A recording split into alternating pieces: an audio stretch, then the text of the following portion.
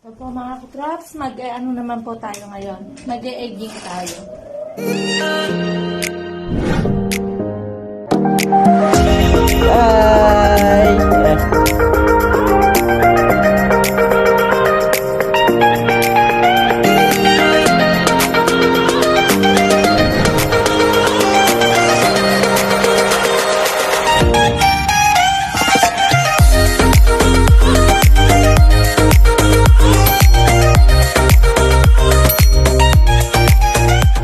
Ayan, good morning mga katraps. Ayan, din tayo sa bahay. Magluto si Mrs. ng almusal.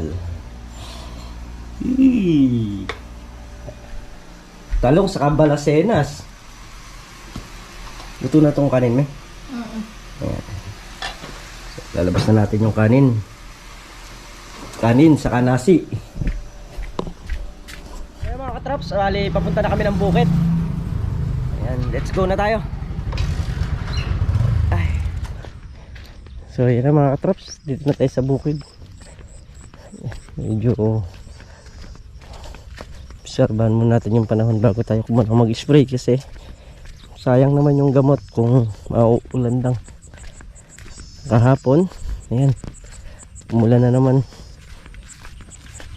Kada hapon ngayon medyo masama yung panahon, umuulan. So si Dreamer, ayan, hindi natin sinakyan dito sa palusong sa bukid. So bali iniwan ko siya doon kila Kuya Rodel. Andun siya.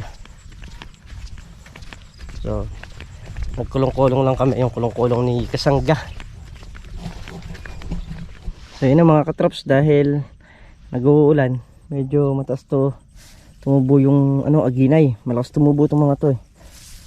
So hindi naman tayo makapag-spray gawa nung medyo malulam. Ayan, ibubunot muna tayo sa may gilid ng puno niya para pag nag-spray tayo dire-diretso.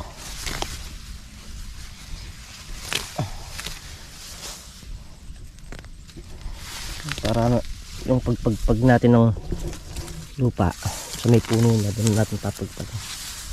Ayun yung ating mga kalabasa oh. Malakas tumubo yung aginay. Kailangan talaga one side. Laki na.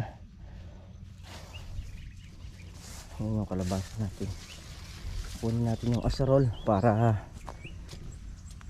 maasalon natin yung sa may tabing puno. Bali yung in-spray natin, ayan, naninilaw na siya. Naninilaw na yung mga damo. Okay, hindi tayo makapag-spray gawa nung mamaya maabutan lang tayo ng ulan, sayang lang yung kaya mga traps, nagkukwento si Bernard, natumba raw si Side. Side, ba't tinumba mo naman? Testing ko lang. Kung malambot yung lupa, no? So, gawin natin tong grass cutter. Tumutulo yung gas.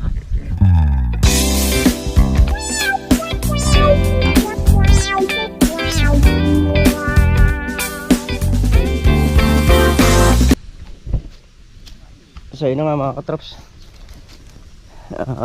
kaya pala tayo tinawag dahil yung grass cutter tumutulo yung gas. So okay na. Napunta naman tayo sa ating dinadamuhan.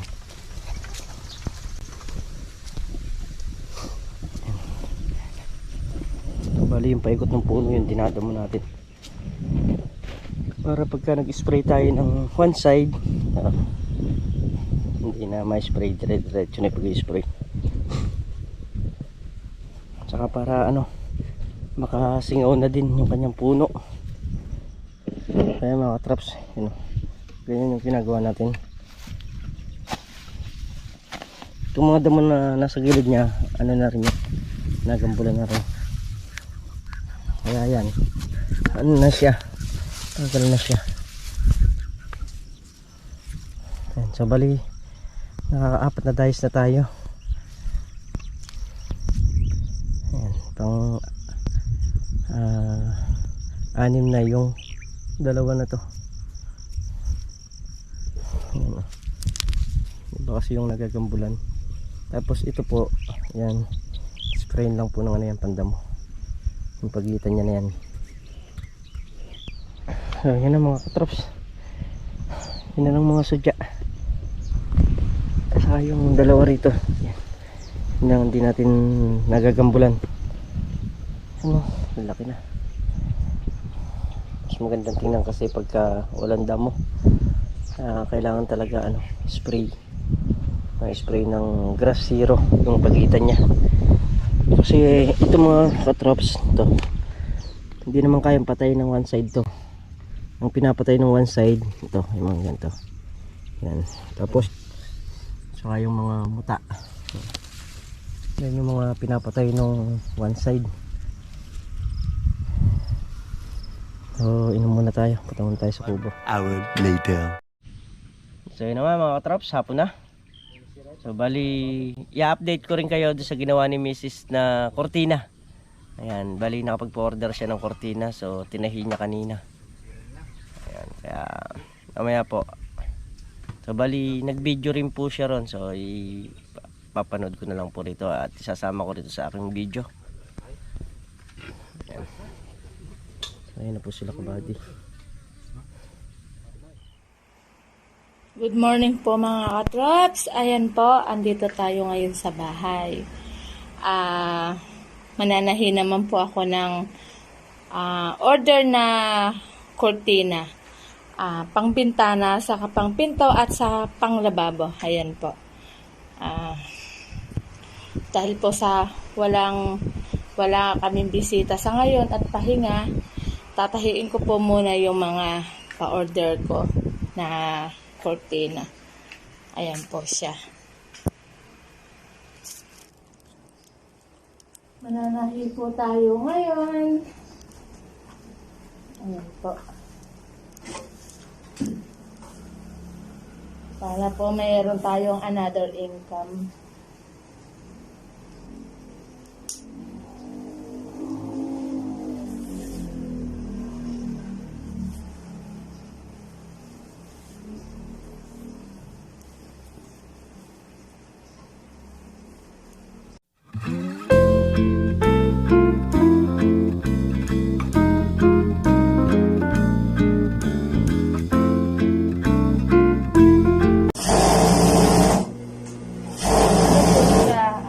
Inaking ko na siya para madali na din siyang i-take.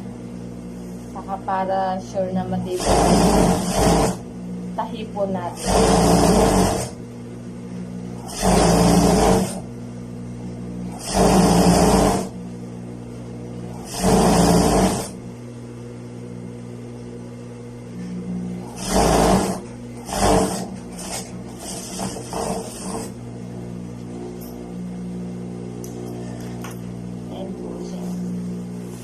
Light green. Ano po to? Walong pangbintana at saka 3 pampintuan. Yan po ang aking tatahiin ngayong maghapon. Ano na lang po to. Hindi naman po ito mahirap gawin.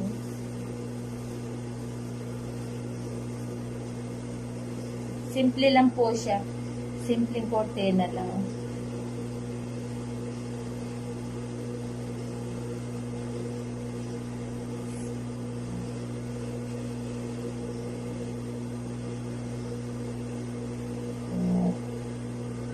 Kailangan po nasa tama ang sukat niya.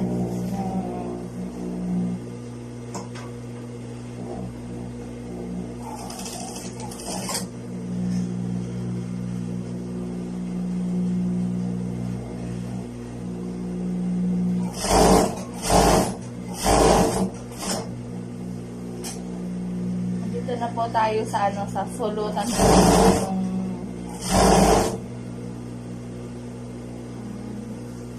sulutan ng ng bakal.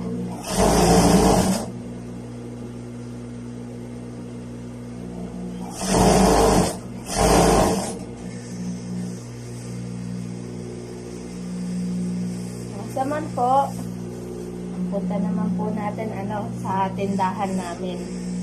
Kailangan baka marami na siyang kulang, mabili.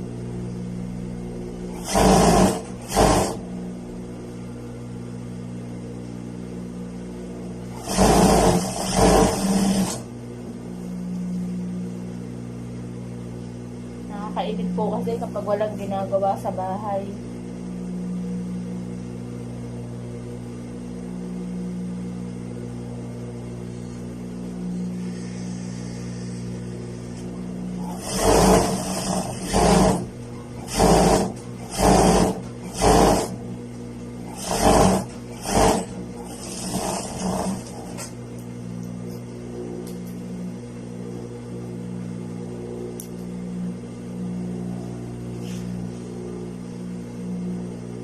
Ayan na po siya.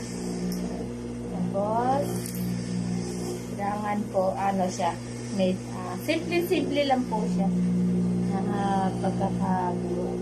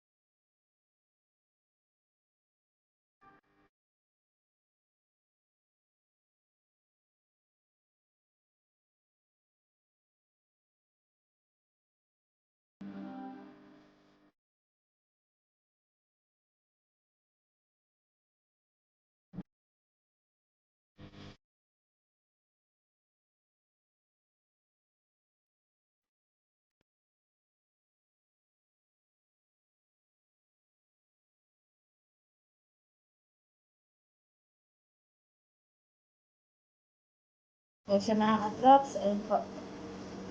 Ganyan lang po yung ano niya. Simple-simple lang po.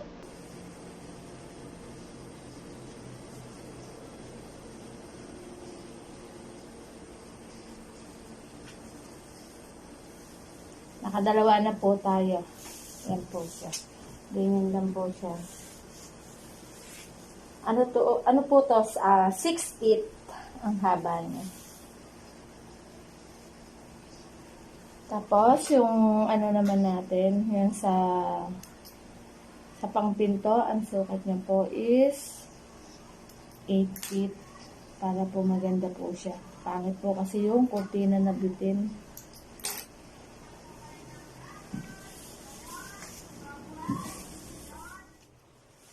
So po mga katraps, ano naman po tayo ngayon? Mag-egging tayo. Egging natin siya para mas madali ang trabaho kasi.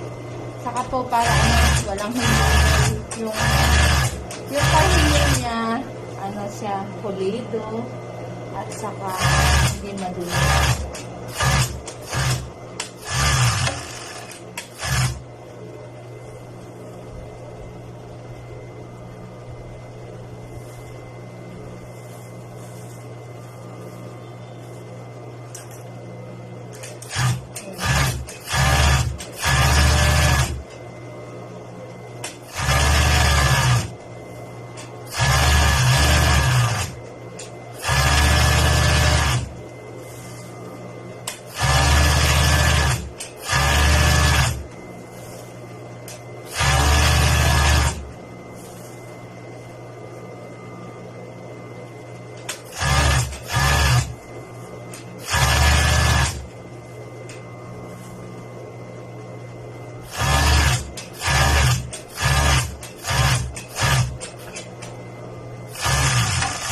Yung aking mga makina. Bali po, kulang pa siya ng piping. Yung piping po na yon, pwede po siyang maglagay ako lupi ako ng samanggas at saka, kasi po double needle po din yun. Pwede ko maglagay ng daig ng t-shirt. Marami po siyang pwede ko maglagay ng tirante ng mga damit. Ayan, ultimo sa bata po. Mas malaki po ang ano po yun, mas marami po ang pwedeng magawa dun sa piping na yun. So, yun po ang pinag-iipunan ko ngayon dahil pag po ako nakabili na nun, pwede na po akong hindi na po ako mag-order ng mga terno-terno kasi kaya ko na siyang gawain kasi kompleto na ako ng mga makina. Yun na lang po yung sampo na nabibili ko. Ano lang po. Nagpilipunan po. Madali lang naman din po makalipan kapag ginusto naman po talaga. Ano po, soon po. Meron na po akong piping. Ano po yung pinakamimit dito sa lahat ng piping. Ngayon po, ayan muna. Samahan po muna ako ng cortina, ganda ng unan. Yan, pwede po yung high speed. Saka po ang aging. Ito po muna ako. Kasi meron pong gawain sa bukid. Po, wala nang gawain sa bukid at focus na po ako sa mga sa mga gusto kong gawain. Kung nasa bahay ka lang, hindi ka maiinit kapag may ginagawa ka. Mahirap po kasi yung nakatanga lang sa hapon. Kasi po sanay po tayo na araw-araw may ginagawa. So, ayan po mga katrops, ang aking finished product. Ayan po, yari na po siya. Ayan po siya. Ayan po, yes. Ganyan lang po siya kasimple. Ayan po.